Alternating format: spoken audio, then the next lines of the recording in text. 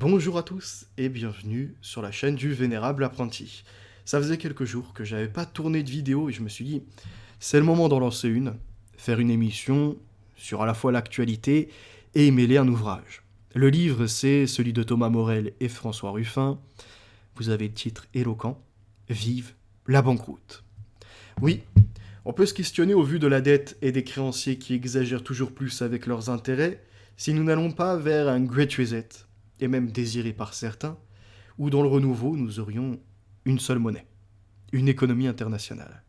Ou bien allons-nous vers plusieurs branches et une réédition des monnaies que l'on connaissait pour finir avec le fiduciaire de papier et de pièces et basculer intégralement dans le digital qui inclut du coup le 100% numérique avec des wallets, des portefeuilles virtuels et des dépenses virtuelles où l'État a la main dessus, les banques intégralement savent quels sont les mouvements financiers où ça va, présentés pour lutter contre le trafic d'êtres humains, le travail au black, ou encore d'autres malversations, y compris les optimisations fiscales.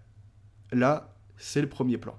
Ensuite, nous regardons à l'international, et particulièrement nous focalisant aussi chez nous, la France, nos voisins les Allemands, les Italiens, les Espagnols, et nous voyons qu'il y a eu une transformation ces dernières décennies où nous sommes passés de notre puissance d'édition de monnaie, d'impression, avec cette souveraineté où chaque pays peut maîtriser ses flux de monnaie et également voir en termes de quantité ce qui va être ou non mis sur le marché, et aujourd'hui, nous avons été attaqués. Plus de lire italienne, plus de marques allemands, plus de francs français par exemple, et on pourrait encore mettre d'autres devises. Fut un temps, il y avait le système monétaire européen avec le serpent économique, c'est-à-dire ce serpent monétaire, c'était plus ou moins 2% en fluctuation. Et on essayait de maintenir un équilibre entre les devises pour pas créer des problèmes, des conflictualités et surtout derrière des endettements qui ne pourraient être tenus. Donc la dévaluation d'une devise par rapport à une autre. Et entré en jeu un certain George Soros, avec des banques, la JP Morgan par exemple, et des fonds d'investissement, des hedge funds. Ils se sont mis à attaquer la Banque d'Angleterre. Et c'est pas la première fois, on l'a vu dans l'histoire, les Rothschild et les précédents avaient déjà également attaqué la Banque d'Angleterre pour modifier toute la structure de l'Europe. En tout cas, de cette partie aujourd'hui que l'on nommerait l'Union Européenne. Et il s'avère que les seuls qui ont pu s'en sortir de cette affaire, c'est les Britanniques. Ils ont à nouveau leur livre sterling et ils ont réussi à sortir de l'Union Européenne. Nous, on a été comme ça engrainés dans plus d'euros et par cette économie universelle, enfin, sur notre territoire, on a vu la Grèce s'effondrer, les pays venir à son secours, mais eux-mêmes tomber dans un certain asservissement et des dettes qui n'en finissent plus. Des PIB dépassés en termes de production intérieure brute où nos endettements surpassent les 100%, 110%, même plus pour certains pays, même si on en a comme l'Espagne et le Portugal qui essayent de recorriger le tir et de retrouver une certaine souveraineté. Mais ce qu'ils oublient, et ce que des fois on peut omettre, c'est que si l'un des pays de la zone de l'Union Européenne s'effondre, les autres doivent venir en aide, c'est ça c'est cet objectif d'alliance, et donc eux-mêmes être dans la merde, être dans la mouise. Et ça fait le jeu des Américains derrière, mais pas seulement. Et là on s'aperçoit de quelque chose d'incroyable dans l'histoire, c'est qu'habituellement les monnaies étaient basées, on essayait de les indexer sur un matériau, de l'or, du bronze, de l'argent, ce que l'on veut, pour faire frapper monnaie, pour y donner un certain sens. Or, en 1971, Richard Nixon, pour les États-Unis, a décidé d'en finir. C'est-à-dire, on n'est plus en dollars, or, ça c'est terminé. On peut en effet changer ces dollars contre de l'or, mais le dollar en lui-même n'est plus indexé sur l'or. Par contre, on a le pétrodollar, lui qui s'exerce, l'or noir. Un autre on va dire, élément qui permet de garder une certaine puissance à l'international et qui, dans les échanges, entre autres également par le système SWIFT, permettait, dans ces transactions, de tout passer quasiment par le dollar avant de finir la transaction. En tout cas, c'était, on va dire, une monnaie centralisante. Vous voyez, c'est-à-dire, par elle, hop, on fait les mouvements de plaques, les mouvements comme une plateforme, et on permet les échanges de marchandises, de biens et compagnie. Le truc, c'est qu'il fallait imprimer énormément de monnaie. D'ailleurs, ce qui crée également de la dette, les États-Unis, c'est 35 000 milliards de dollars. Et eh bien, ces dettes, elles sont imprimées en titres. C'est-à-dire les bons, ils vont être vendus après sur le marché pour pouvoir rééditer et détruire de la monnaie et comme ça avoir un certain cycle. Et il s'avère que les Chinois étaient très friands de ces dettes à la base. Et petit à petit, ils ont vu une Amérique qui pourrait leur paraître agressive, ou une opportunité de leur côté chinois avec Xi Jinping, de devenir les nouveaux maîtres de l'international, et en plus de draguer les peuples en leur disant il n'y aura plus le gendarme du monde et son hégémonie, nous passerons dans une société multidécisionnelle. Chacun aura sa place à la table. Et donc ils ont dragué bon nombre de pays. D'abord ils ont commencé par une certaine alliance avec les BRICS, Brésil, Russie, Inde, Chine, Afrique du Sud, pour mettre une certaine pression déjà et avoir leur propre structure. Et petit à petit, les Chinois ont décidé de se séparer de la dette américaine, et même de s'axer dans d'autres échanges et de favoriser un yuan fort, leur monnaie. En gros, ils essayent de se mettre à l'international, et d'ailleurs, ils draguent les pays producteurs et exportateurs de pétrole et de gaz, afin de conclure une alliance par la suite et de déshériter quelque part le dollar de ce qui lui permet d'obtenir une certaine puissance, une certaine hégémonie. Donc en affaiblissant la zone euro, en affaiblissant le dollar, nous avons une nouvelle structure qui s'installe. Et la question est, est-ce que dans ce nouveau système qui s'installe, les pays de l'Union européenne et l'Amérique ne vont-ils pas en profiter pour faire table rase sur leurs dettes et repartir à nouveau dans une économie que eux-mêmes maîtriseraient de leur côté, ou bien vont-ils être engloutis dans l'alliance toujours plus puissante de la Chine avec la Russie et compagnie? La question est posée, je vous laisserai y répondre, on n'a pas forcément de solution même, mais on voit les marchés être énormément agités. Trump, on le fait passer pour quelqu'un d'assez idiot, alors que pourtant, il est en train de désengranger également ce qui est de l'ordre de la bourse, parce qu'on rappellera que ce qui peut faire s'effondrer un pays, créer comme ça le chômage massif, faire banqueroute, en tout cas fermer bon nombre d'usines, et derrière donc engendrer énormément de précarité, c'est la bourse. Et comme il sait qu'il y a un conflit là, qui est en haute intensité et qui va frapper à un moment ou un autre de la part des Chinois, entre autres pour saisir par exemple de Taïwan et de ce qui est de la possibilité de l'impression des nanopuces et du contrôle de certains matériaux pour les robots, l'automatisation des usines et tout, ce sur quoi eux ils comptent pour réduire les coûts de production, puisqu'on rappelle, on va faire rapidement un petit rappel, les Américains et les Européens, donc le monde occidental, s'est enrichi par son modèle économique et entre autres sa révolution industrielle, c'est-à-dire le manufacturing, en sorte que chacun ait sa place dans l'usine et qu'il ne soit pas dans la totale production d'un produit, mais seulement d'une partie de celui-ci pour aller toujours plus vite et faire des tâches répétitives. En gros, on a été assez révolutionnaire dans ce domaine. Et ça a été exporté à l'international. Sauf que, dans nos pays, la main-d'œuvre est trop chère. Donc les patrons ont préféré exporter la production, c'est-à-dire partir à l'étranger, et notamment en Asie, afin d'obtenir des petites mains à pas cher et qui ne nécessitent pas d'ailleurs des revendications pour le droit du travail, le droit d'être en pause et les 5 semaines de congé, les 35 heures et ce genre de choses. Alors ils ont une main-d'œuvre à pas cher, servile, et qui leur permettait du coup de faire énormément de profit. Sauf que petit à petit, dans ces pays, il y a aussi eu des droits qui sont mis en place, et eh bien, les dirigeants sont entrés en action. Donc ça devient de moins en moins rentable, et on a eu l'évolution technologique, qui en plus favorise le côté humain en se disant pourquoi servir des êtres vivants alors que l'on peut développer de la mécanique et qui ne nécessitera pas d'arrêt de travail, qui ne causera pas de tort par une enquête en montrant l'exploitation de travailleurs enfants ou encore de travailleurs non déclarés par exemple.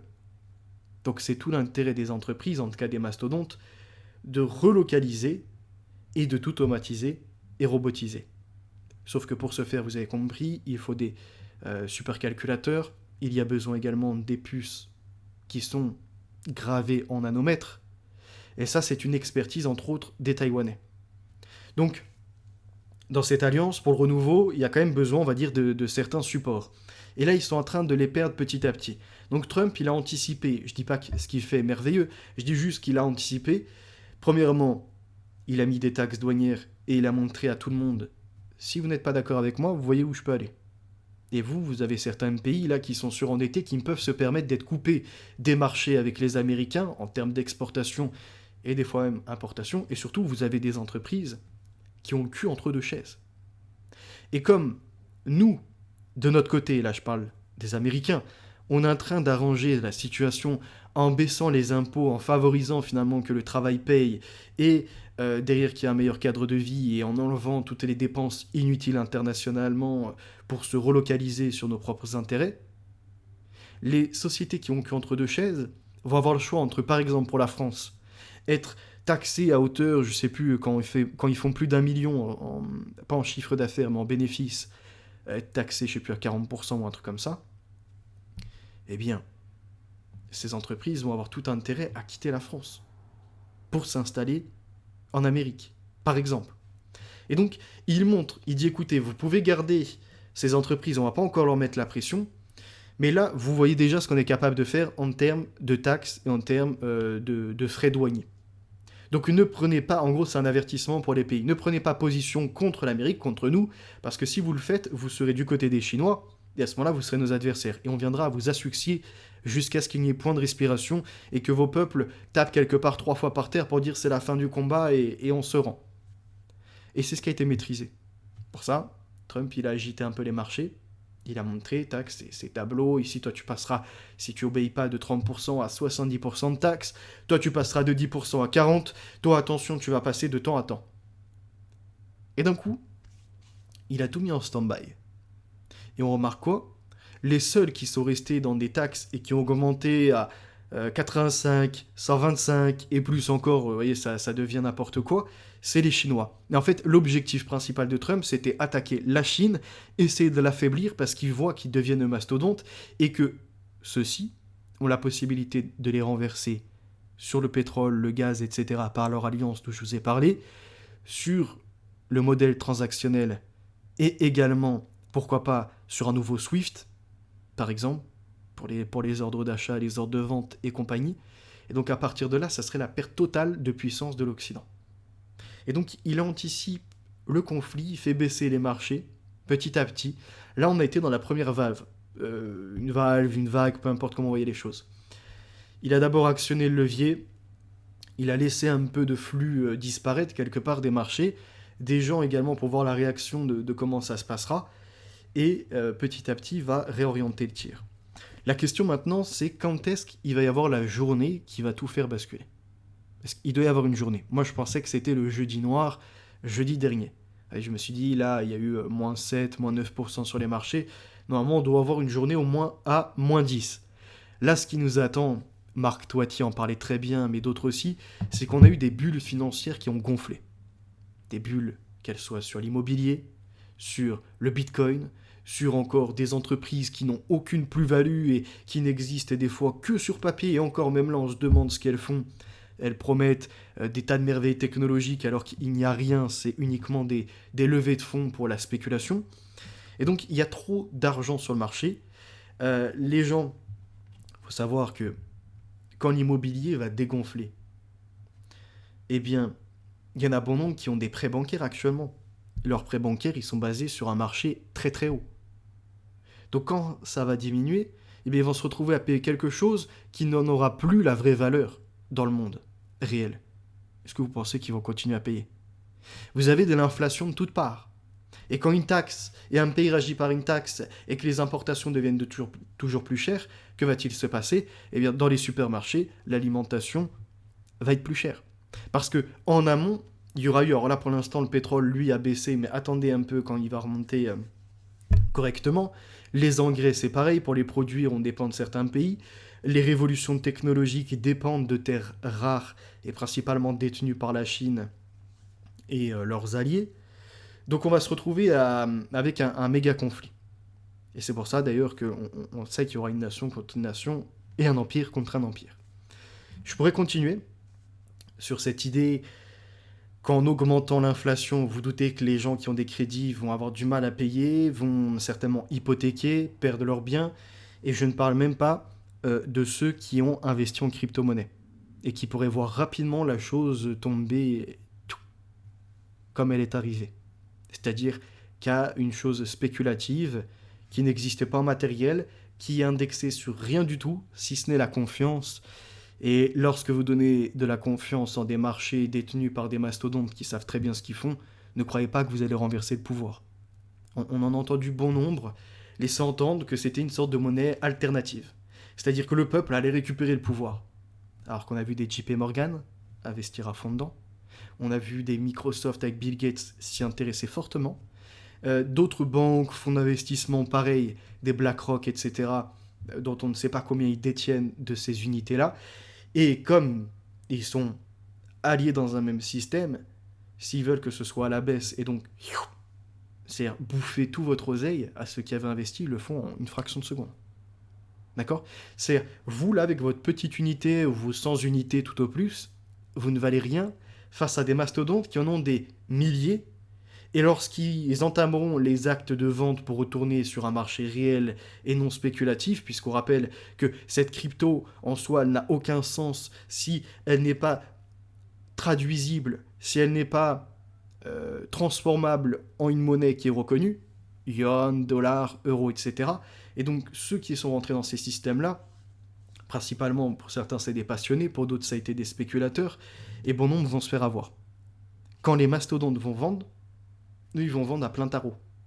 Sauf que le volume monétaire, quand ils vont commencer à en vendre 1000 ou 10 000 en termes d'actions qui vont être effectuées, eh bien le volume monétaire de par exemple le Bitcoin, il va dégonfler.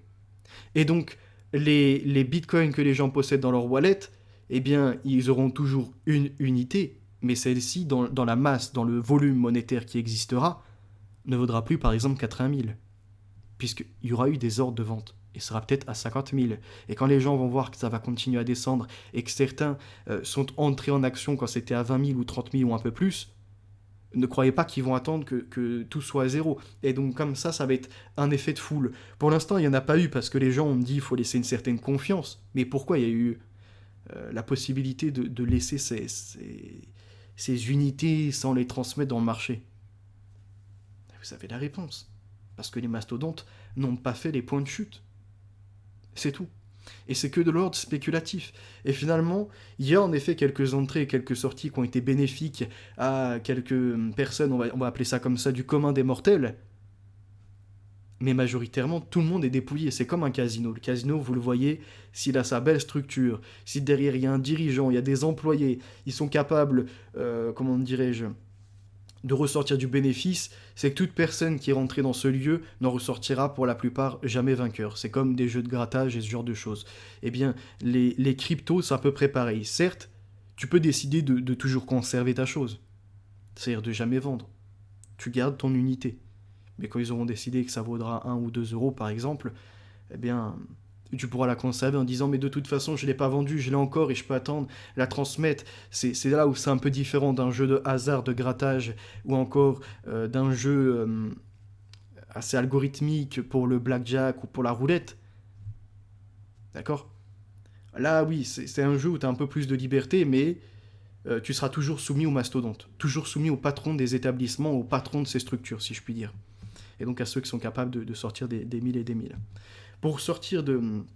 Donc là, on a parlé des droits de douane, de la pression de Trump, etc., à plein de pays pour éviter qu'ils rejoignent l'alliance des Chinois. On a parlé d'un nouveau système qui pourrait advenir, des crypto-monnaies qui certainement vont s'effondrer puisqu'on est sur des domaines spéculatifs.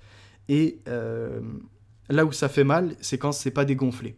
Comme le disait Marc Toiti, en fait, c'est normal qu'il y ait des spéculations. C'est tout à fait classique, qu'il y ait des investissements, qu'il y ait des gens qui en profitent, et d'autres qui aient, on va dire, le bon nez, le filon pour en ressortir vainqueur. Le truc où ça devient grave, c'est quand toute une population, quelque part, y est mêlée, et que certains ont mis toutes leurs économies. Et donc, quand ils vont perdre ceci, ils n'ont plus rien derrière.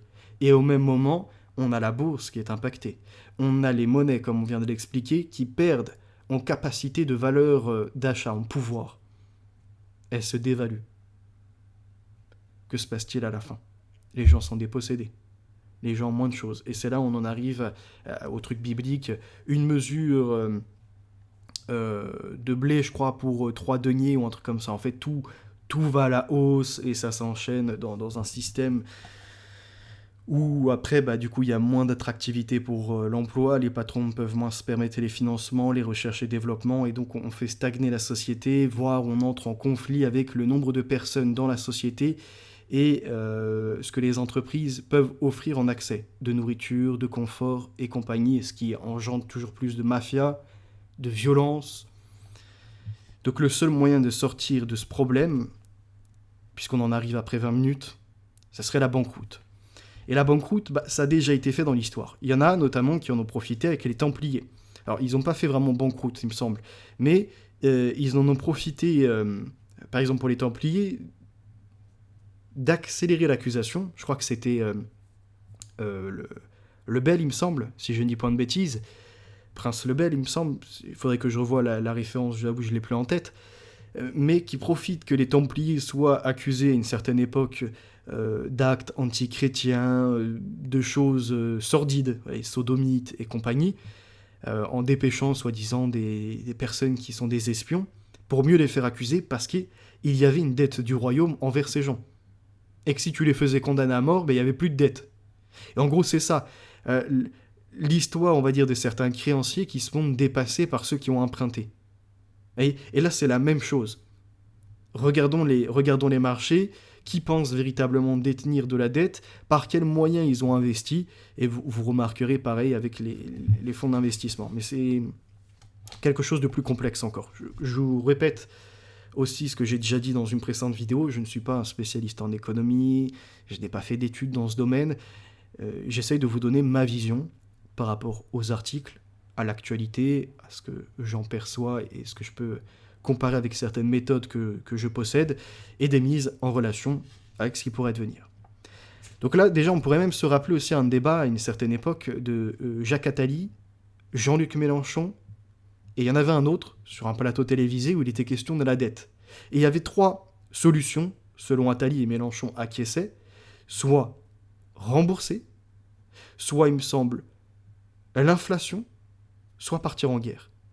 Et pour rembourser, le premier était expliqué, il fallait un dynamisme, c'est-à-dire dans la société, avoir le plein emploi.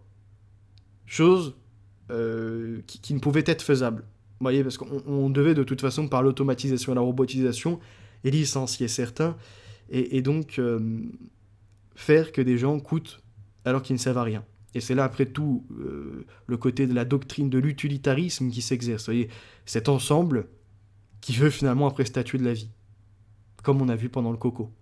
C'est-à-dire, ils ont dit, est-ce qu'on pourrait ou non mettre un prix sur la vie des gens, puisqu'ils font peser un coût à la société. Des personnes qui sont malades, des personnes handicapées, des personnes qui ne travaillent pas, d'autres qui sont endettées parce qu'ils ont des addictions, alcool, drogue, jeux d'argent, ce genre de choses. Et donc ils essaient petit à petit de créer un utilitarisme qui deviendrait une vérité absolue, ce qui normalement ne peut être le cas selon Gustave Le Bon, afin d'entrer dans ce qu'on appellera la nouvelle société du biocapital. C'est-à-dire, ta biologie devient un capital, à la fois par ton état de santé, par tes comportements, mais aussi parce que tu peux développer intérieurement en termes d'essais cliniques, d'ARN messager, de recombinaison génétique pour faire avancer la science. Et donc, le nouveau travail, quelque part, n'est plus de dépenser ta force motrice par tes bras et d'actionner des leviers et de faire de la répétition, n'est plus non plus de l'ordre intellectuel, être dans le tertiaire à faire du service client ou encore à révolutionner ce genre de domaine. Je n'ai pas forcément d'exemple en tête maintenant. Ce sera ton capital hérité de la nature, donc biologique, qui pourra te permettre ou non d'accéder à certaines fortunes. En gros, c'est à peu près ça. Et c'est ce qu'on en a vu ce que j'ai vu, excusez-moi, je ne l'ai pas encore partagé, dans un livre de Céline Lafontaine. Je crois que c'est La marchandisation de l'homme ou un truc comme ça, je sais plus, il faudrait que je retrouve. Enfin, c'est un livre de Céline Lafontaine, de toute façon, sur le biocapital et ce genre de choses. Mais bon, avant de passer à cette nouvelle société, les gens sont quand même réfractaires. Il y a ce que l'on appelle dans le cerveau les barrières cognitives.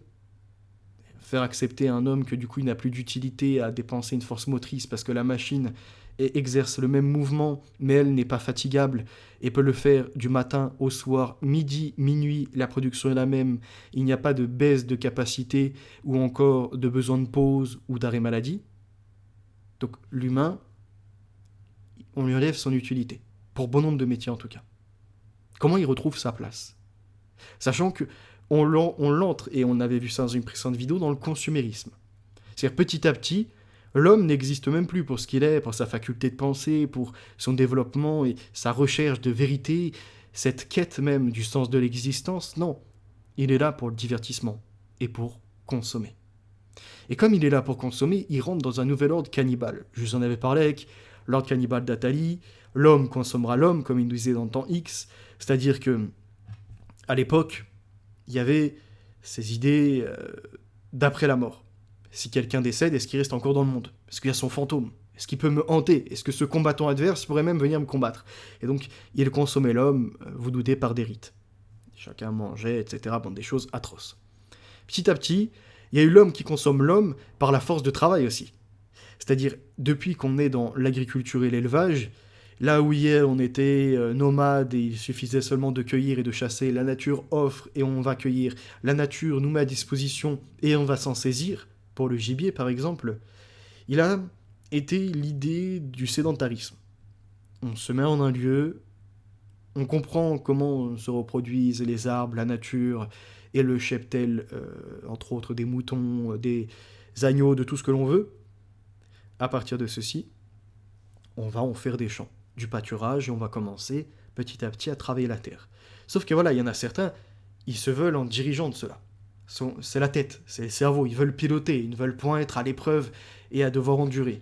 Et pour autant, il y a des agriculteurs, des paysans qui ont trouvé leur place à exercer ce métier. Et donc à travailler la terre, là où hier elle offrait en abondance, comme il y a eu une multiplication de la population d'un certain savoir et compagnie, il a fallu asservir les hommes. Donc l'homme consomme l'homme. En tout cas, sa puissance qu'il déploie. Et c'est ce que l'on a après revu bien plus tard et de façon accélérée, très prononcée dans le système, c'est la révolution industrielle, dont je vous parlais tout à l'heure.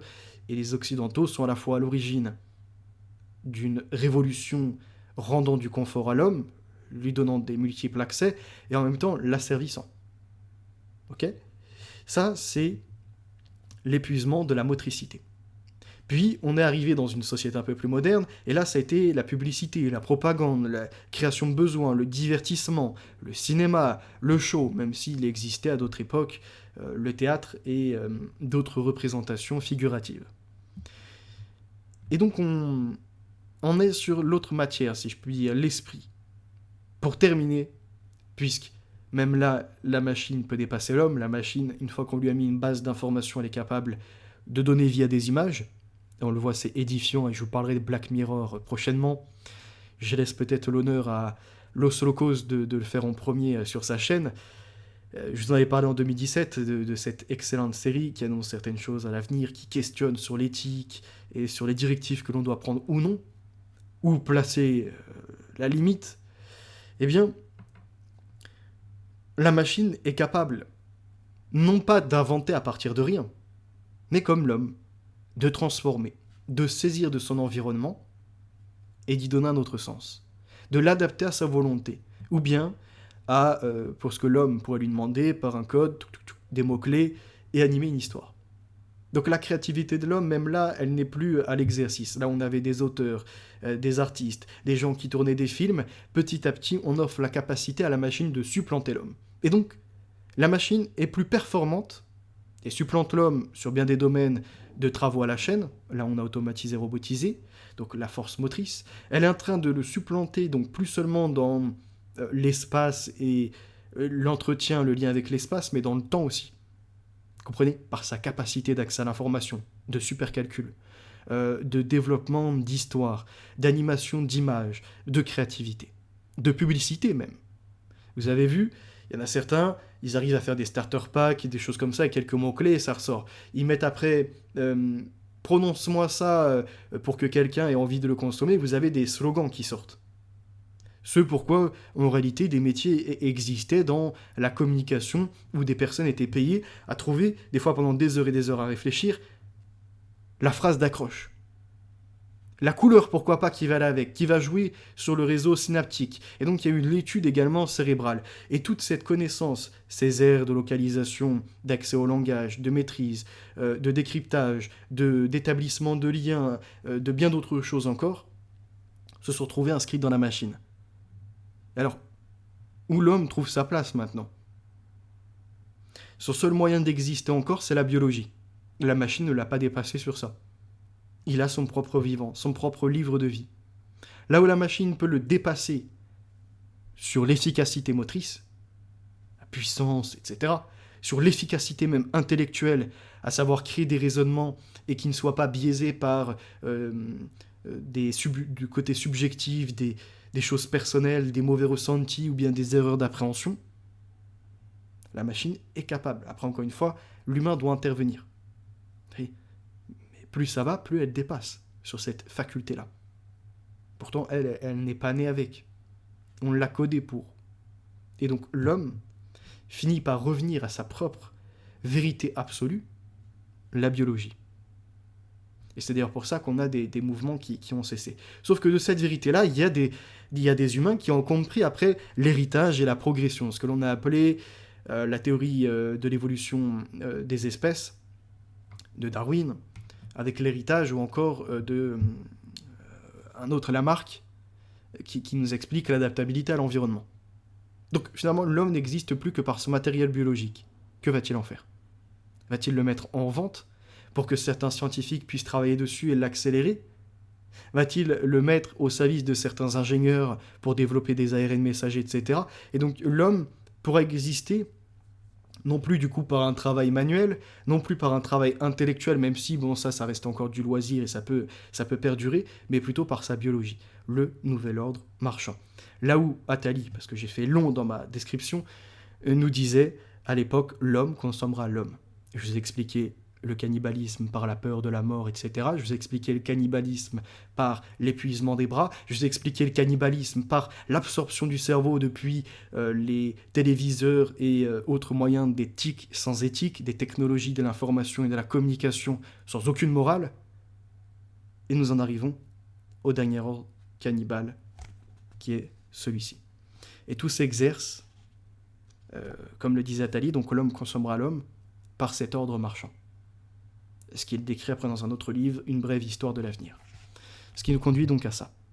Pour accéder à cette nouvelle réalité, il a fallu créer toute une artificialisation des échanges, de la vie, de ce que l'on croit être quelque part, et du conditionnement par les médias et compagnie. Et aujourd'hui, le seul moyen de déposséder les pays de leur souveraineté et les humains de leur désir de pouvoir être libres, c'est de les asservir intégralement. Et donc comment pourrait-il refuser d'être allié à la technologie au moment où on leur a créé une crise qui fait que sans la technologie, ils n'ont pas de nourriture. Sans la technologie, il n'y a plus de bonnes décisions parce que la corruption s'est répandue partout. Donc le besoin de technologie s'impose. Ce que vous retrouvez dans le livre La 4e révolution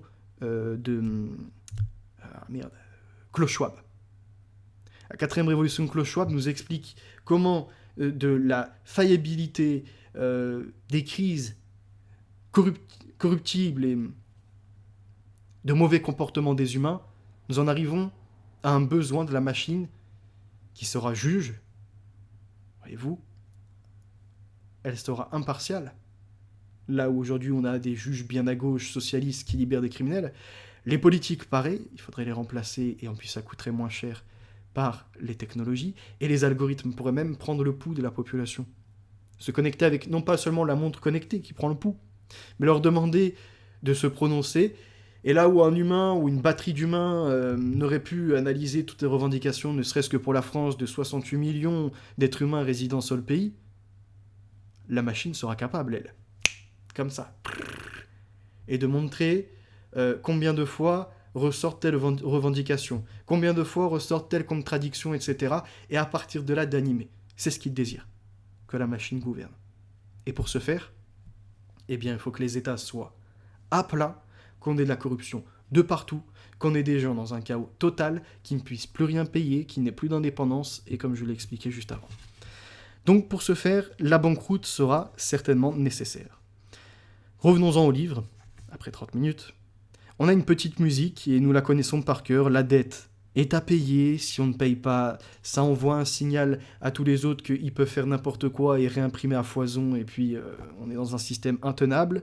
L'austérité est nécessaire, comme le dirait Macron, à la fin de l'abondance, nous sommes en guerre. Les réformes impératives et compagnie. Sur tous ces points, il ne devrait pas y avoir de débat, prévient le cercle des économistes, qui ajoute, je cite, « La rigueur n'est pas un choix. La priorité, c'est de réduire la dépense, et ce, de manière enfin radicale.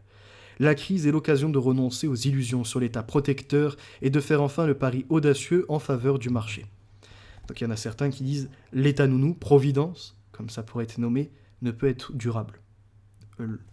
La reine, là, cette idée d'une nation qui prend soin de tout le monde, des plus faibles, des plus forts, remet de l'égalité, ça ne peut durer avec l'impression à foison et les dépenses en milliards. Ce que Trump a commencé à faire avec l'USAID, pour montrer que quand on est trop gentil et qu'on veut venir en aide à tout le monde, eh bien, sur ces chemins, bon nombre d'assos, d'ONG et encore d'autres organisations pullulent, prennent l'argent et ne viennent en aide à personne ou font le minimum et s'en mettent plein les fouilles.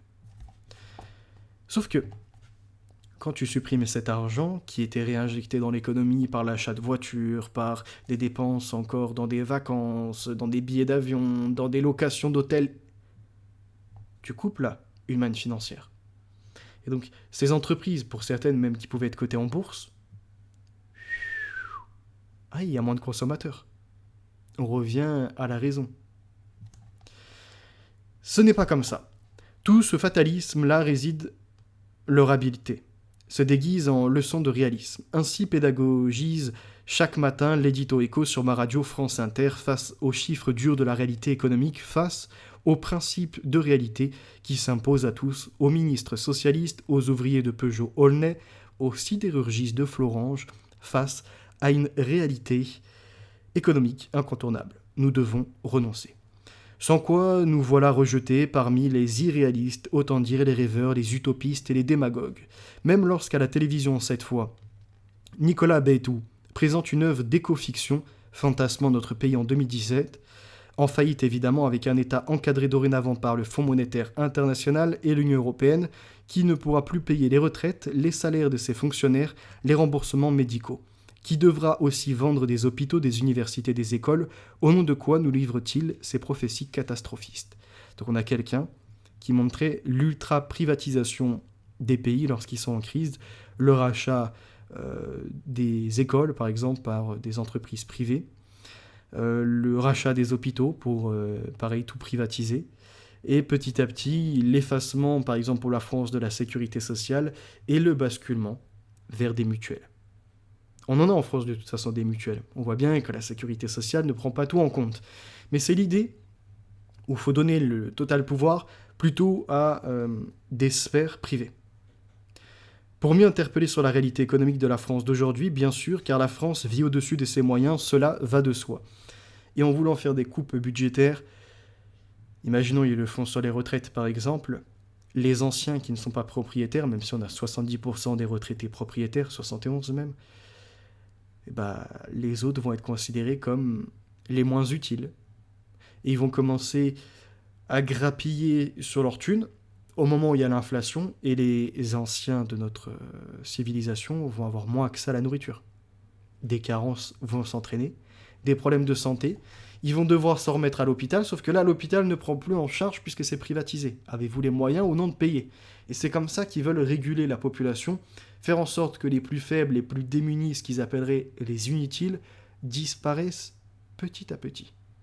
C'est-à-dire qu'ils tombent en dépression, ils ne croient plus en la vie, ils n'ont plus moyen d'accès aux loisirs, même ne serait-ce qu'un petit cinéma, c'est trop cher pour eux. Ne serait-ce qu'une petite activité en famille, c'est hors de condition. Se nourrir, même faire les 2-3 repas par jour, c'est très compliqué pour ces gens. Et donc, on les fait tomber en carence, en maladie, sous médicaments, on les achève plus vite. Et pour ceux qui ont du patrimoine, pareil, ils essayent de récupérer ça afin de le remettre sur le marché. Regardons la réalité en face, répète-t-il. Tel un miroir, le réel ne renvoie plus qu'au réel. La pensée en devient interdite face à cette réalité posée là, comme un gros bloc solide qu'il serait impossible de modeler, de transformer, de bouger, de contourner, de briser. Ne reste plus qu'à l'accepter et se taire. Jusqu'au c'est comme ça final. Ça y est les gens, c'est comme ça, on peut rien. Tant pis. Allez, les défaitistes, qu'on le prononce et ils ont gagné. Que de découragement, que de démission. Elle contient cette expression passe partout, c'est comme ça. Que de renoncement à la lutte, au changement, au progrès, ouais, c'est comme ça, on fait avec. Combien on le devine, et les épaules baissées, le dos voûté, la voix désemparée, c'est comme ça. L'espoir évanoui, l'avenir rétréci, les lendemains qui ressemblent au présent, mais en pire. Et vous avez des gens qui ont été broyés aussi par cette vie d'asservissement à l'usine, ces métiers très pénibles de nettoyage et de d'autres branches encore. Et à la fin de leur vie, avec une maigre retraite, on leur coupe tout espoir de pouvoir profiter ne serait-ce que d'une dizaine d'années. Et d'ailleurs, on a souvent les chiffres qui ressortent, puisqu'on nous parle de crise, et en même temps, on a l'OMS qui déclare que la vieillesse est une maladie, et que les anciens coûtent extrêmement cher, je crois que c'est dans les 2-3 dernières années de leur vie, en termes de soins, de médicaments, de besoins d'assistance et compagnie. Eh bien non, ce n'est pas comme ça. Qu'on regarde la réalité ailleurs, en Équateur, en Islande, en Argentine, et c'est être autrement, pas forcément le paradis, mais autrement. Qu'on regarde la réalité au passé, et il en existe des alternatives au désendettement de l'État. Ce qui est n'a pas toujours été, et pourrait donc bien, demain, ne plus être. L'histoire est une arme contre ces perroquets. Après, il y a un problème dans ces écrits et dans l'analyse actuelle, c'est que beaucoup oublient comment je pourrais dire ça, le principe de population. Ils veulent t'expliquer que oui, ça n'a pas toujours été comme ça dans la société. Et ils prennent pour comparatif les années 50. Ou bien encore le fin 19e siècle. Et c'est là le problème. Aujourd'hui, nous sommes beaucoup plus nombreux. L'humain pollue plus, l'humain veut du confort, et l'humain est en même temps dans cette société qui a amené beaucoup de progrès en soi. L'accès à l'alimentation plus facilement, de l'eau potable, de l'électricité, la capacité d'échanger, trouve au moins quelqu'un pour pas être enfermé dans une solitude comme ça pouvait être le cas des années passées. Et pourtant, les gens sont toujours plus dépressifs, toujours plus individualisés, et ont besoin d'écraser l'autre, de consommer plus, d'être à la mode, dans le matérialisme. Et donc quand l'homme existe que par le matériel, vous doutez bien, à la fin, il finit par ne faire qu'un avec. D'où l'augmentation par les montres connectées. D'où l'augmentation de vie aussi par des technologies inventées, pacemakers, les choses pour contrôler l'insuline, les exosquelettes, les implants cérébraux qui se développent. Et donc l'homme fusionne avec la machine. Je ne vais pas vous spoil la saison 7 de Black Mirror, je vous invite à la voir et je vous ferai une vidéo sur ça. Et on se questionnera sur la morale, est-ce que l'on pourrait augmenter ou non nos sens, les diminuer, que faire de la vie, de la mémoire par exemple, du rattachement au monde. Est-ce que des humains dégoûtés de la vie actuelle, on pourrait les rentrer dans la machine pour qu'ils revivent leurs souvenirs et finalement qu'ils quittent cette réalité néfaste pour eux, là où ils occupent une place. Et puisque leur idée est du software au software, du logiciel au logiciel, et d'un hardware d'un corps à un autre hardware de la machine, n'est-il pas question, petit à petit, de pousser les gens à la dépression, au dégoût de cette vie du monde réel, pour les conduire dans un monde artificiel, du divertissement, des jeux vidéo, pourquoi pas de l'immersion de plus en plus avec les casques Oculus, et puis par la suite une puce cérébrale, et poussons la chose plus loin. Regardons la nouvelle religion qui s'impose. Le transhumanisme, qui mène au posthumanisme, et ça c'est la finalité de la chose, une sorte de renaissance, c'est ni plus ni moins une nouvelle religion. Les religions ont montré que quand tu ne les connais pas, tu es un profane. Tu les découvres, tu commences à être initié. Et là, Pour le catholicisme et bien d'autres religions, tu dois passer d'un corps corruptible quelque part à un corps incorruptible, prendre les enseignements et renaître. Il y a une question de renaître. Eh bien, vous remarquerez que le transhumanisme est sur cette branche-là. Il vous connecte d'abord avec le message, il vous connecte d'abord avec la machine, mais son utilité et sa finalité, c'est que vous ne fassiez qu'un. Vous proposez de renaître, d'enlever ces mauvaises pensées, d'enlever cette fragilité du corps, d'enlever cette dépression et ce manque de finances dans le monde actuel. Ça, c'est l'objectif. Continuons à ce qui est inscrit. Une tradition, la banqueroute est nécessaire une fois tous les siècles afin de mettre l'État au pair. Qui théorise cette saine gestion? Un fantaisiste? Un pamphlétaire? Pas du tout. L'abbé Terray, qui exerçait comme contrôleur général des finances de Louis XV. Qu'on imagine alors ses homologues contemporains, un Pierre Moscovici, un François Baroin, un ministre de l'économie s'exprimant avec pareille audace. À relire notre histoire de France, sous cette lumière, on éprouve comme une jouissance anachronique à cette habitude qu'avaient prise les monarques de régler leurs comptes, pour de bon, aux créanciers. Philippe le Bel, voilà, c'est lui dont je vous parlais tout à l'heure, ne chipote pas, il chasse d'abord ses créanciers du royaume avant de saisir, de condamner, de brûler les banquiers de l'Occident, plus radical dans ses actes que Jean-Luc Mélenchon dans ses discours. Quand le sieur Barbette, conseiller du roi, recommande qu'on en revienne au franc fort et qu'à cause de lui les loyers triplent dans la capitale, on se le représente volontiers sous les traits de Jacques Attali, conseiller spécial de François Mitterrand, persuadant le prince moderne d'accrocher le franc aux marques, de ne pas quitter les systèmes monétaires européens et de désindexer les salaires. Et c'est donc chez Jacques Attali que se déroulerait l'émeute. Ouvriers et artisans au rendez-vous, saccagent sa résidence, buvant son vin, cassant ses meubles. Vous remarquerez déjà qu'à cette époque, les loyers avaient triplé par 3. Aujourd'hui, je ne sais par combien. Un loyer, par exemple, dans Nantes, là, si vous voulez dans le privé, ne serait-ce qu'un T2, vous ne demandez pas une fortune et un espace spacieux, un palais, ce genre de choses. Un T2, c'est entre 750 et 850 euros. 750 et 850 euros. Les salaires tournent à peu près aux alentours de 1500 euros au minimum, et après on peut monter à 2000 selon les métiers qu'on exerce. Mais regardez quand même, un T2, c'est pas fait pour 40 personnes. Allez, 1 ou 2 personnes maximum. C'est quasiment la moitié du salaire, voire pour certains plus de la moitié du salaire. Ce n'est pas raisonnable. Et je vous en ai parlé, ce qui permet en soi cette spoliation de notre travail, et en plus, derrière de prendre des APL à foison, c'est justement ça. Un système qui a permis en disant les Français, vous ne pouvez pas payer, c'est pas grave, on vous taxera plus, mais on vous donnera des APL. Comme ça, vous en mettrez toujours plus dans les poches des mêmes. Et ça, c'est dingue. On se demande où va le pognon des fois. Allons un peu plus loin.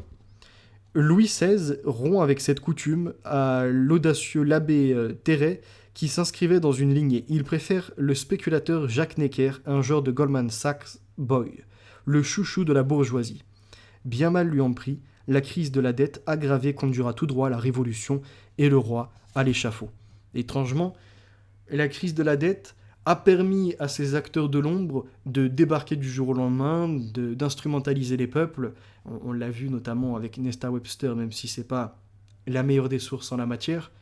Mais quoi qu'il en soit, il y a eu instrumentalisation des peuples, où ils voulaient brûler les châteaux, où ils voulaient détruire une part de l'histoire, ils voulaient créer un renouveau, et surtout, ils en sont arrivés. Fin du roi et de la reine, c'est fini, maintenant ils mettent les gens dans l'arène. Et c'est le moment du jeu. C'est là où Panem Circès agit. Il faudra après déployer les agitations pour que les gens ne soient plus focus sur la réalité et le bien d'un pays. Là où il existait la solidarité, on y supplantera l'individualisme. Là où il y avait tout de même la notion d'un roi qui doit représenter une religion, la chrétienté, et que la religion amène à une civilisation, à une représentation à la fois d'une langue, d'un peuple, de sa tradition culturelle et cultuelle, on est passé sur un modèle universel. C'est-à-dire athée, ou bien encore laïque. Petit à petit, ça a été l'attaque de l'Église, et ça a permis les avancements pour la marchandisation de l'homme, la dépravation de l'humain et la corruptibilité de ces derniers. Je dis pas qu'avant ça n'existait pas, mais du temps des rois, eh bien, les peuples devaient tout de même s'en tenir à certaines choses, à la tradition, essayer d'être dans un ordre moral, par exemple pour nous, dans le catholicisme. Et quand c'est dépassé, il se passe quoi? Vous l'observez.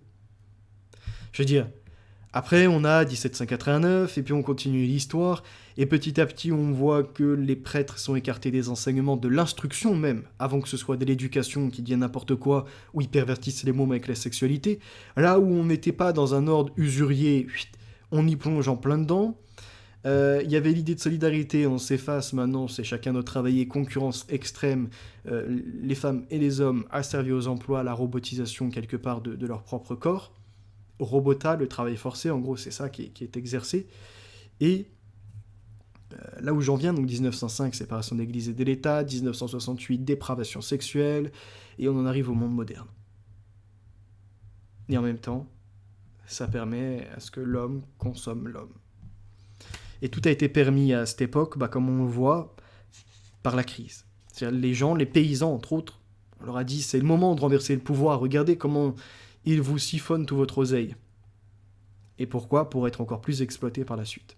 Avec des réglementations et avec un système que l'on pourrait comparer au monde de Orwell, la ferme des animaux. Il n'y a plus de roi, plus de reine, il n'y a plus de paysans, de paysannes. La ferme est libre quelque part. Et puis il y a des gens qui se laissent entendre que tout le monde est sur le même pied d'égalité. Et puis nous avons des cochons quand même qui, eux, savent ce qu'ils font. Et petit à petit, ils se prennent des privilèges.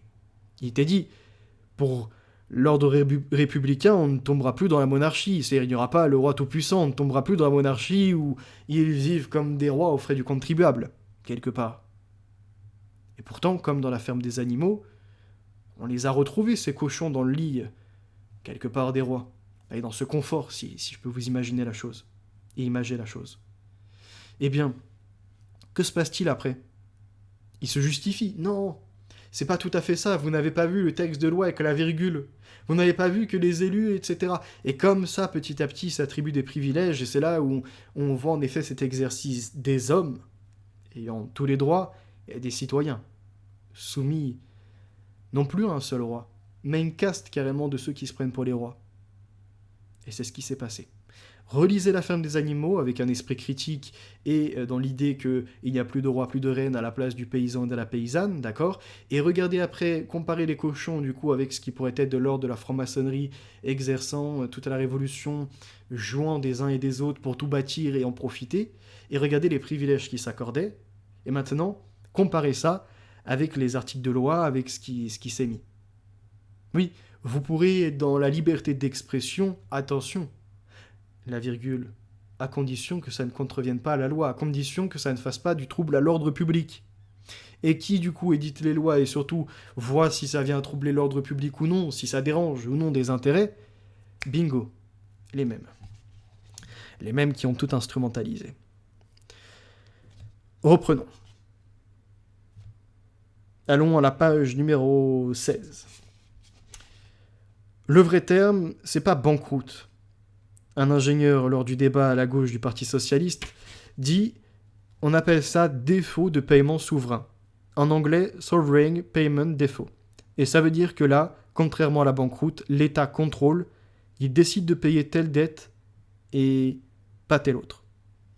En gros, il fait du tri sélectif. Et c'est là où certains se retrouvent sur la paille, et les copains sont grassement payés, retrouvent toujours leur investissement initial.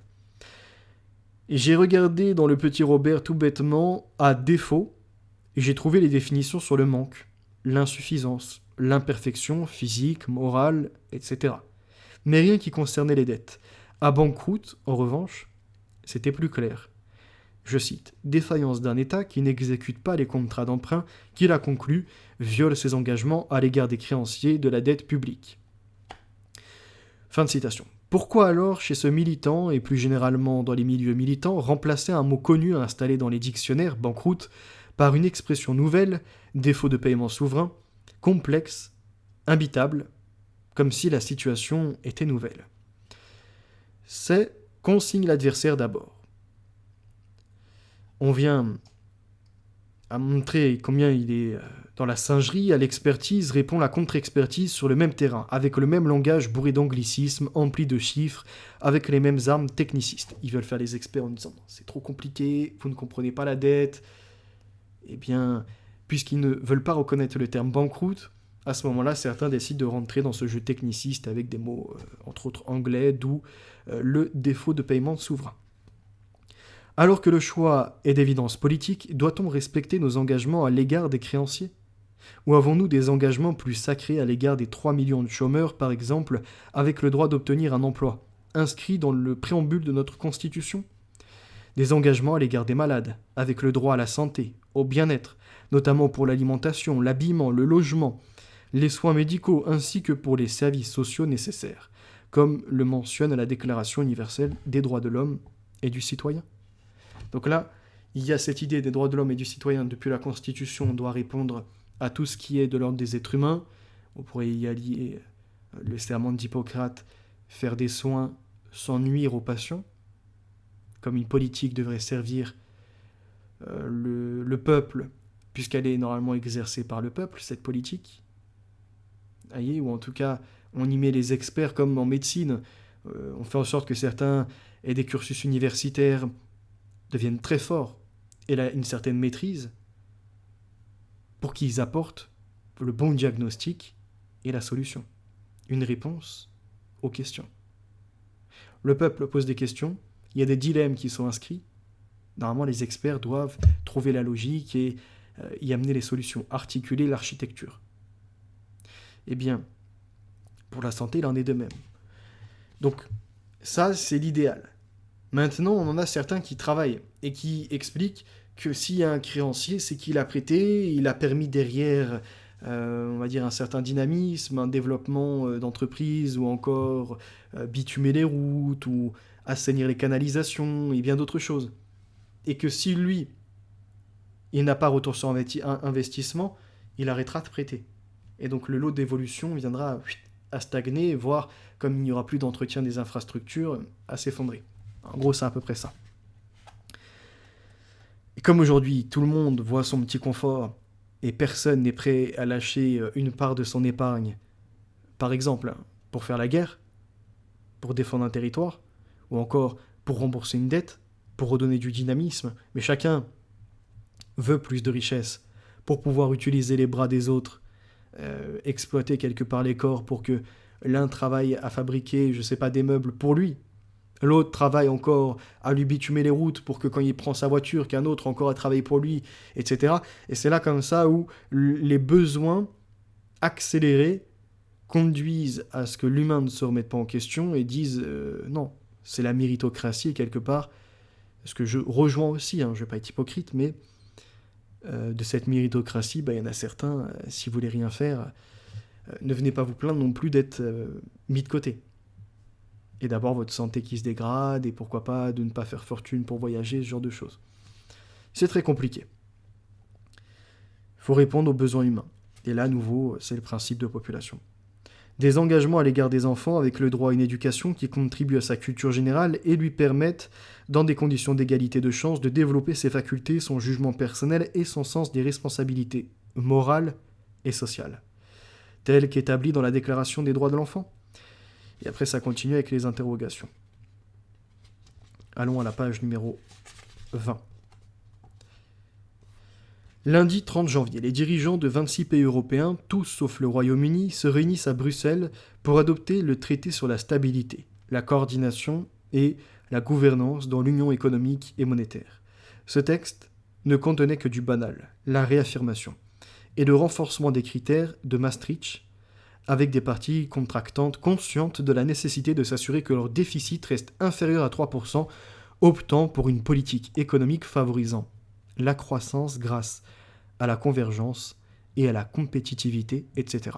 Du neuf avec du très vieux. 3 journées presque ordinaires. Et l'on peut alors répondre à la question d'Yves Calvi citée plus haut.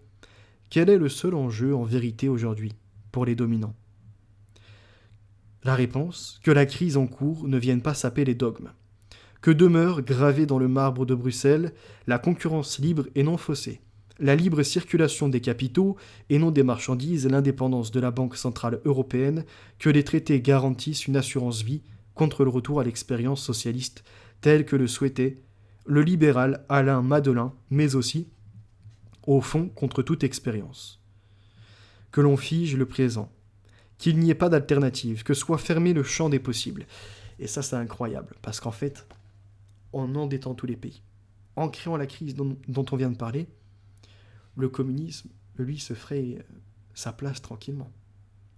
Puisque l'ultra-individualité, l'idée de posséder plus que les autres, des fois 3 voitures, 4 voitures, une maison, puis une secondaire, et puis encore bien d'autres choses, la redistribution ne se fait pas.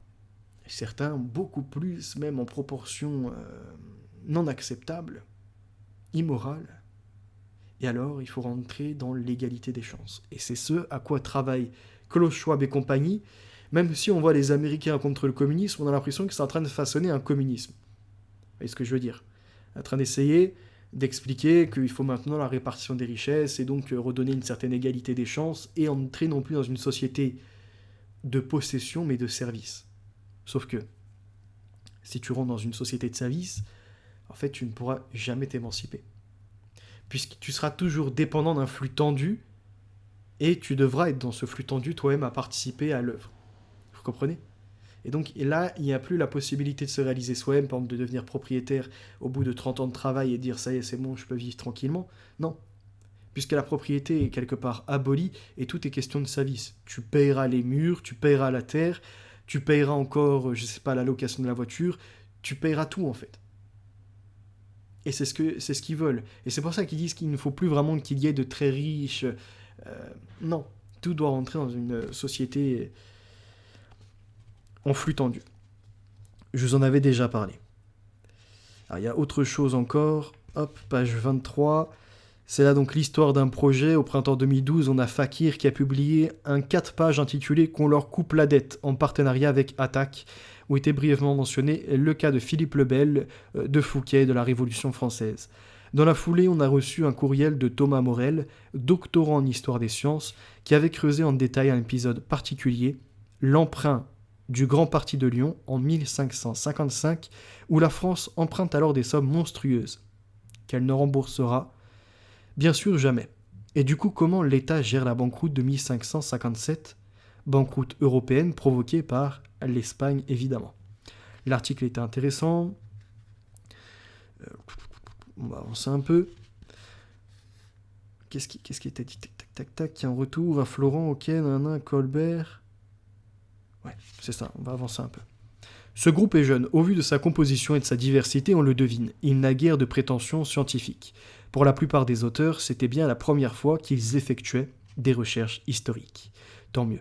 Ça dit quelque chose, peut-être, quant à une volonté de se réapproprier notre histoire, notre destin commun, face à des experts économiques notamment, qui avec leur science, cherchent à nous en déposséder. Cette absence de spécialistes n'interdit pas, cependant, un travail sérieux. Pour chaque chapitre, plusieurs ouvrages ont été lus, croisés, notamment des biographies. Des erreurs, des mauvaises interprétations se sont sans doute glissées dans ces pages, et si des lecteurs nous les signalent dans une prochaine édition que nous espérons, nous les corrigerons avec humilité sans que le sens politique de notre essai en soit altéré. On l'a noté, un chapitre était prévu sur 1848, nous avons dû y renoncer pour une raison simple. Les révolutionnaires d'alors, d'après les recoupements effectués par Yannick, se sont montrés extrêmement timides face à la dette, n'ont pris aucune mesure sérieuse contre les finances et se sont abstenus de toute banqueroute, même partielle. Donc on apprend que les révolutionnaires de 1848, ceux qui se veulent marxistes et dans la réappropriation du produit, s'énervent contre le grand capital, mais n'ont point de revendication contre la dette. Intéressant. Comme quoi, le marxisme et ce socialisme après international repris par des Lénine, des Staline et d'autres encore, ne devraient pas combattre la haute bourgeoisie, les castes qui profitent de la dette, mais au contraire à faire un semblant de révolution seulement pour enlever la part de déité. Vous voyez, ni Dieu ni maître, mais c'est le ni Dieu qui prime. Dieu devient l'opium du peuple, et donc il faut s'en séparer. Et en fait, bâtir une nouvelle religion, hein, c'est ça le socialisme. Et donc, Philippe le Bel, 1307, c'est brûler les banquiers de l'Occident.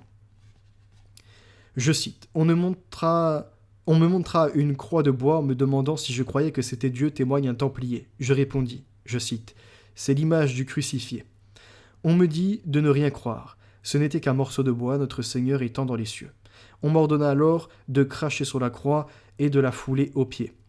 Je crachais, mais je refusais de fouler la croix aux pieds. Deux frères relevèrent alors le vêtement de celui qui me recevait, et je le baisais sur le dos, entre les braies et la ceinture. Fin de citation.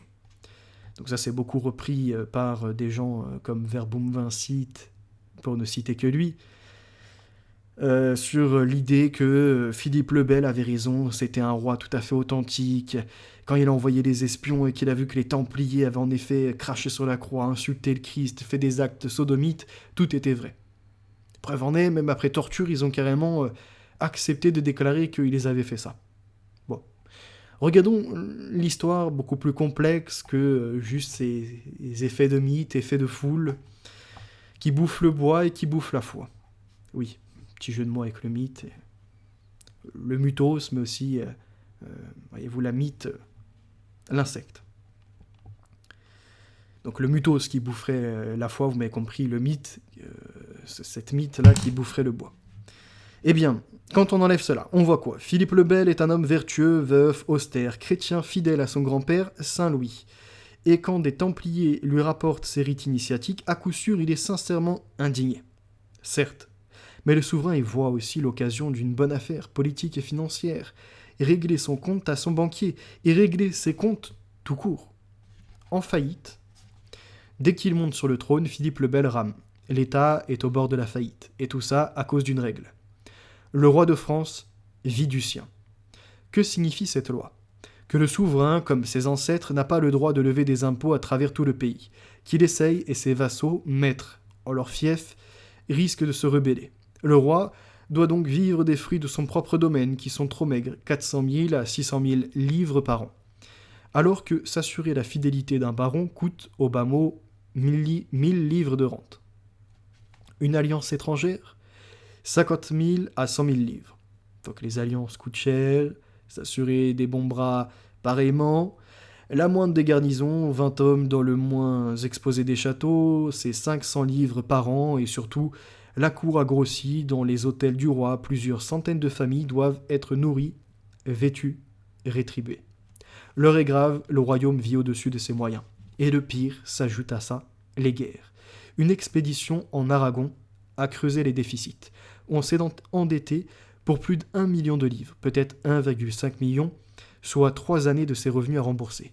À tel point qu'en 1288, les 2/3 des recettes sont engloutis pour le règlement de cette dette. C'est l'asphyxie. De nouveaux conflits se profilent, en Gascogne, dans les Flandres, en Guyenne, etc.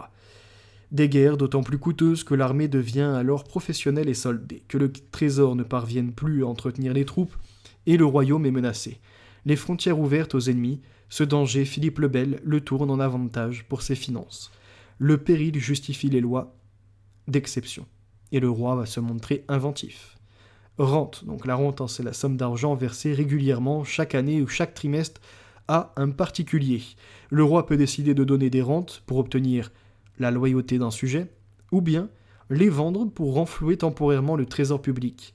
Le contrat définit si la rente est versée pendant un certain nombre d'années, jusqu'à la mort du rentier, ce que l'on appelle viagère, ou si elle est perpétuelle et donc transmise à ses successeurs. La monnaie devient faible. On verra là le deuil que répand sur la scène falsifiant la monnaie celui qui mourra d'un coup de sanglier. Ainsi Dante traite-t-il Philippe le Bel de faux monnayeur. C'est que le roi a dévalué sa monnaie, les pièces comportent moins d'argent, moins d'or, et il fait tourner la planche à deniers. Le souverain se retient d'autant moins que ce choix s'avère populaire grâce à ces dévaluations. Les loyers, les dettes, les cens, qui sont fixes et ne suivent pas l'inflation, sont amplement allégés. Le roi et pour longtemps à l'abri des révoltes paysannes, sauf que l'on grogne dans les châteaux. Les propriétaires notamment, les nobles et l'Église crient à la ruine. Philippe le Bel fait la sourde oreille un temps, mais voici qu'il a besoin d'eux. Le souverain s'est brouillé avec le pape Boniface VIII, et dans cette lutte ouverte, il lui faut le soutien, au moins moral, de ses grands seigneurs et du clergé français. Les croquants ne sont guère utiles dans une controverse avec le Vatican. Et que réclament comme première condition ces hommes de foi, ces évêques, ces prélats? Nulle théologie à l'ordre du jour. Ils exigent, ces hommes d'église, avant tout le retour à une monnaie forte, à l'argent du bon roi Louis. Les manants d'alors n'ont lu ni Marx ni Friedman. Mais ils le comprennent d'emblée. Un choix monétaire est aussi un choix de classe, leur loyer triple. Et pourquoi faire? Pour sauver les fortunes du clergé et de la noblesse, pour ramener leurs revenus réels au niveau du siècle précédent, la pilule ne passe pas. Le 30 décembre 1306, Paris se soulève. Je cite, « Pour les loyers des maisons que les bourgeois de Paris voulaient prendre du menu peuple », note un chroniqueur anonyme de l'époque, si comme épicier, foulon, tisserand et tavernier, et plusieurs autres travailleurs d'autres manières de métier, firent alliance ensemble et allèrent et coururent chez un bourgeois de Paris nommé Estienne Barbette.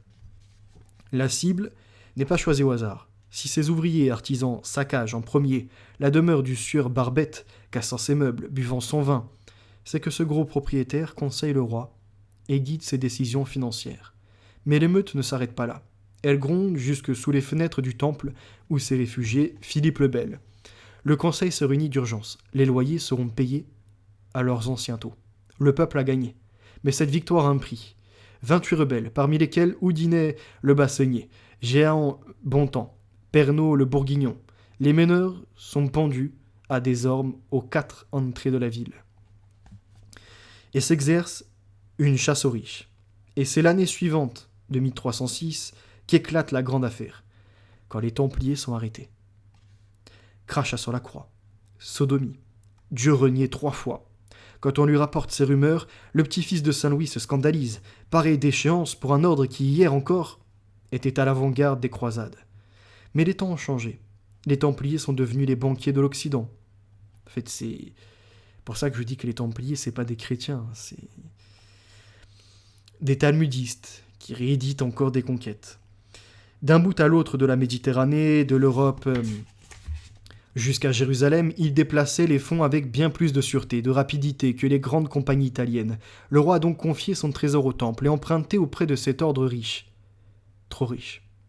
Qui dispose de domaines, de champs, de marchés, de péages, qui forment un État dans l'État.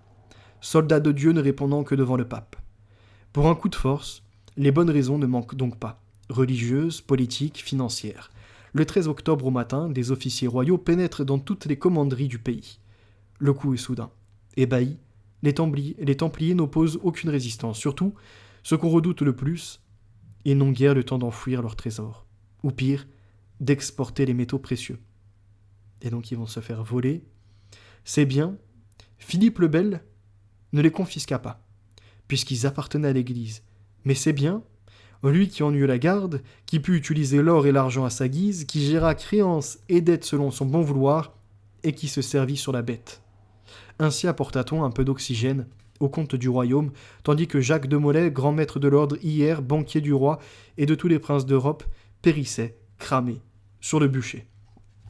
Et il me semble même que le trésor a été déplacé au Louvre, si je ne dis point de bêtises, avant d'être encore après délocalisé ailleurs. On est déjà à 1h15, je ne vais pas faire trop long, je pense que la prochaine fois, il y aura moins de commentaires, plus de lectures. Ce livre est tout de même intéressant, et déjà nous avons vu les affaires des rois avec les dettes donc, qui existaient, quel est le moyen de supprimer ce qui est en train de faire gronde dans le peuple, et en même temps de ne pas se mettre à dos des collègues, des partenaires de guerre, des partenaires encore d'évolution technologique, etc., d'entreprise. Eh bien, c'est de sélectionner quel créancier on va mettre sur la paille et quel autre on va rémunérer et laisser dans une rente, donc dans un revenu, vous l'avez compris. Soit il y a un nom spécial, je ne l'ai plus forcément, pour une durée déterminée. Alors, Attendez, on va essayer de le retrouver rapidement. En plus, je l'avais viager, voilà, le côté viagère, ou bien en héritage, c'est-à-dire les petits-enfants encore récupèrent et l'État continue à payer. Merci pour votre écoute, j'espère que vous avez compris la démarche, montrer qu'il y a une crise économique, qu'il y en a déjà eu par le passé. En effet, certains sont séparés des créanciers, certains ont également fait la banqueroute. On ira plus loin après dans le détail de ce que c'est que ce reset financier. Aujourd'hui, à la différence de d'autres époques, on a vu Philippe le Bel, il récupérait la monnaie, il allégeait les matériaux des monnaies pour en éditer plus, tout en voulant conserver une certaine valeur. Là, aujourd'hui, on n'est plus sur les matériaux, on n'est plus indexé sur grand-chose, c'est parti à foison. En fait, l'économie qui est imprimée ne correspond plus à l'économie réelle. Et donc, il y a une décorrélation de l'un avec l'autre. Voilà. Et tout ça mènera, selon ce que j'en analyse, dans cet ordre techniciste, c'est ça aujourd'hui, c'est la technique qui prime, et bien au remplacement de l'humain, mais aussi à la marchandisation de l'homme, et plus profondément que par le travail. Merci pour votre écoute, n'hésitez pas à réagir, et je vous propose de nous retrouver prochainement encore pour différentes thématiques. À bientôt.